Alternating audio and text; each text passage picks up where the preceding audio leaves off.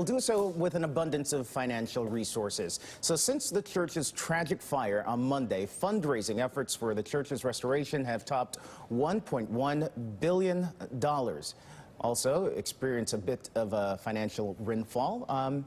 Many churches back here at home. This is a video of the Elysee Palace there in Paris, where the president lives. But back here at home, fundraising efforts for black churches burnt down in Louisiana are taking place. According to the New York Times, a GoFundMe for the 3 historical black churches surged from less than $90,000 to over $2 million in the days after the Notre Dame fire, thanks in part to leaders like Hillary Clinton taking social media to raise awareness for the Southern houses of worship. I'd like to bring my panel back, as well as bring into the conversation civil rights activist and my colleague here at MSNBC, making his big premiere on Up.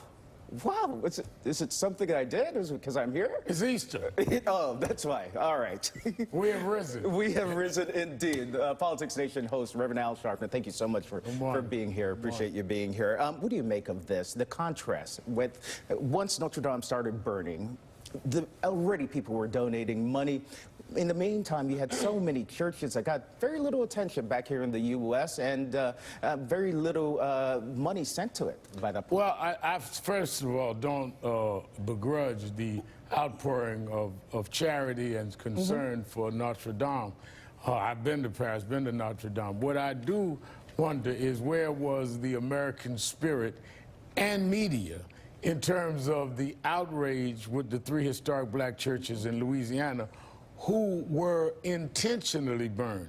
We're being told in Notre Dame that it was an act that happened naturally. We know it was arson that has now been charged as a hate crime in Louisiana. And what also is most disturbing is we've not seen one tweet or statement from the President of the United States. The President, who tweeted and came out rightfully so about Notre Dame, came out this morning about Sri Lanka and the massacre there, and he should have silent, radio silent, about 3 historic churches in his own nation where he's president. There is a political strategy around this president always distancing himself when it comes to things that affect black people or people of color. Is that what's at heart there? You know, once or twice it's a coincidence. When it becomes a pattern, it becomes a strategy. Emily, on that note, in the meantime, are you at all surprised that it took the high-profile burning of Notre Dame and for a church fire there, for all these public figures to come ahead and get attention as to what's happening there in the South?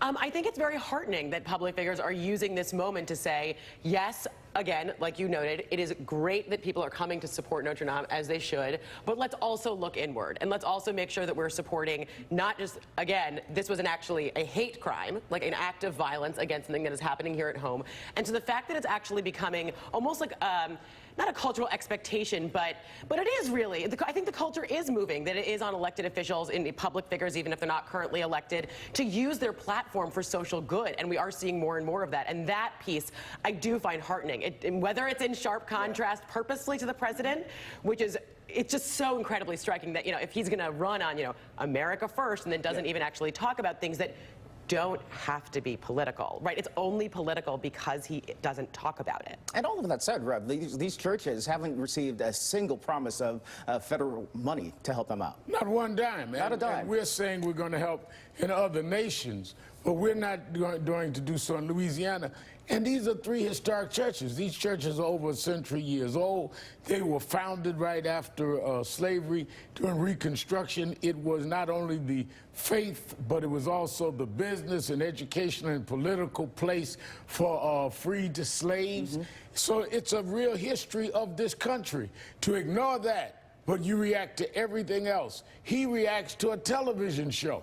But you don't react to hate arson in your own nation where you're the President of the United States. That's deliberate, and he needs to be called out on it, even on Easter Sunday morning. It is kind of striking that he has responded to Game of Thrones several times and not to these church bombings at all. Apples and oranges, I know. Francesca, do you anticipate that? What's at play here for the White House? You cover the White House. Right. Why hasn't the president said a word about what's happening there, but was quick to respond about Notre Dame as it was burning? can't see inside the mind of the president. Yeah. But what I can tell you from the perspective of how has it otherwise not come up, it's at these departures where he leaves the White House to go other places is often when we have an opportunity to ask the president questions, to force him onto topics that we would like to ask about. And he has not been taking questions at those. And part of the reason for that would seemingly be the Mueller report in the days prior to it. He did not have a lot on his public schedule since then. He didn't stop on Friday, for instance, when he was going to Mar-a-Lago and walking with the First Lady. Yep. So there haven't been opportunities to force him off the topics that he wants to talk about in his tweets.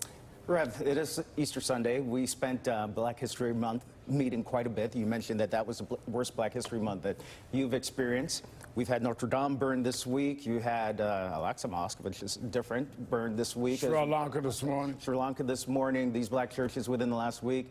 Is this one of the most difficult, worst Easter Sundays you've seen us enter in? I have. I would have to say it's one of the worst and most tragic Easter Sunday mornings. But you know, there's a message. I'm preaching late in Harlem this morning at St. Luke's Church. And one of the messages is one of the first things that we found that was not burned in Notre Dame was the crown. And that to me was symbolic, that we're going to have suffering. But the Easter Sunday morning sermon is that we will rise above the crowns of thorns. We will get by the crucifixion if we believe in the resurrection. And you don't have to be religious to believe that we can rise above this. We must do that, but we must call truth out in order to rise above those that would lie and deceive. All right, and may the church say amen. Thank you. That doesn't excuse you from church. Oh, come on. You gotta go. I thought I was out. All right, well, thank you, Reverend Al. Happy Passover, by the way, for those who are celebrating as well. Reverend Al Sharpton. By the way, tune in next weekend, I should mention, for an MSNBC special with the Rev. He puts the 2020 Democratic hopefuls to the test on race and inequality in America. It is called Not Just Black and White, Race and the 2020 Election. That is next Saturday at 8 p.m. Eastern Time right here on MSNBC. And he's staring at you right there saying, you better watch. All right, thank you. Up next, it was the red line, or one of the red line, that the president warned Robert Mueller not to cross. The Mueller report's big omission and how Congress is picking up where the special counsel left off. Next.